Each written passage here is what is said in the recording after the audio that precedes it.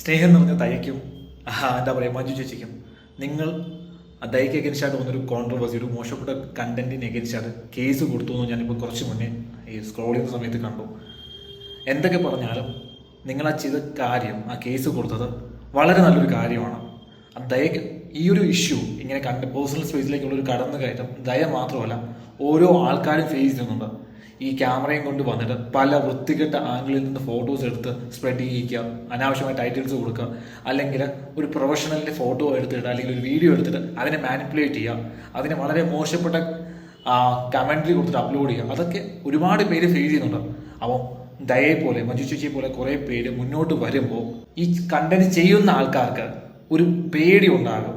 അവരുടെ ലൈഫ് അത് ഇമ്പാക്റ്റ് ചെയ്യപ്പെടുമെന്ന്. ഒരു പോലീസ് കേസ് ആയിക്കഴിഞ്ഞാൽ ജോലിക്ക് പോകാനുള്ള ഒരാളാണെങ്കിൽ അത് ഇമ്പാക്റ്റ് ചെയ്യും. അവരുടെ ക്രെഡിബിലിറ്റി ഇമ്പാക്റ്റ് ചെയ്യും. ലോങ് ടേമിൽ ഇത്ര ഈസി ആയിട്ടില്ല. കുറച്ച് കാശ് കൂടി കയ്യിൽ നിന്ന് പോകണം.